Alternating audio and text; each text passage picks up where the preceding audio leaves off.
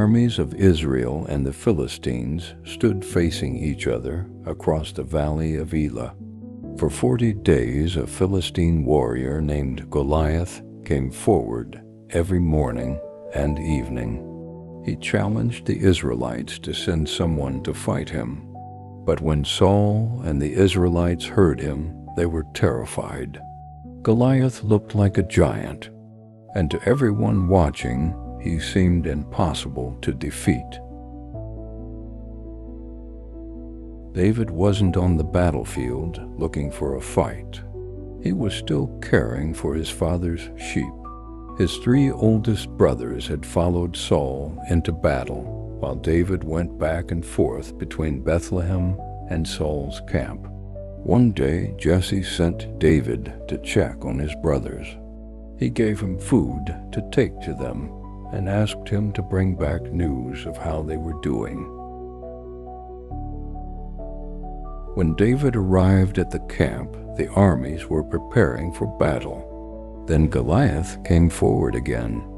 David heard him challenge Israel, and instead of being impressed by Goliath's size, David couldn't understand why everyone was allowing this Philistine to defy the army of the living God.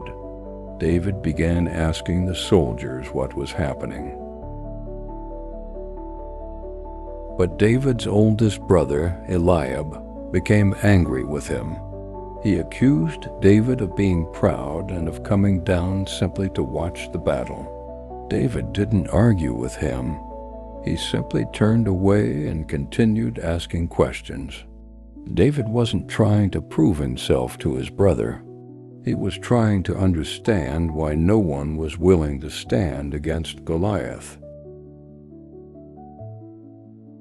Eventually, David's words reached King Saul. David told Saul that no one should lose heart because of Goliath.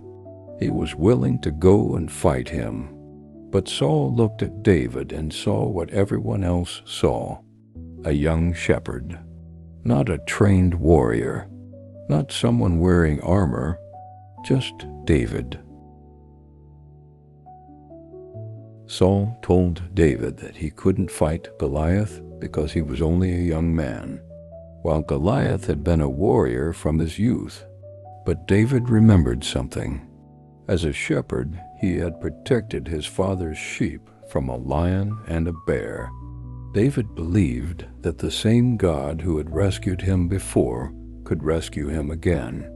So David was ready to face Goliath. Saul gave David his own armor.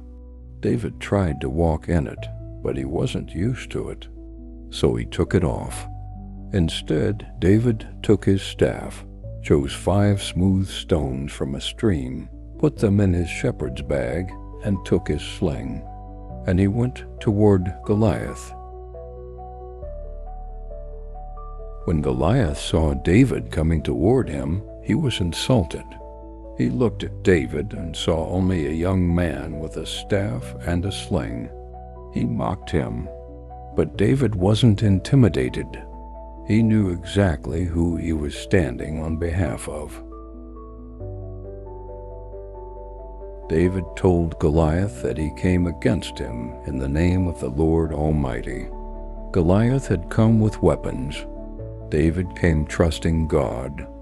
David wasn't pretending Goliath wasn't dangerous. He simply believed that Goliath's strength wasn't greater than God's. David reached into his bag. He took out 1 stone.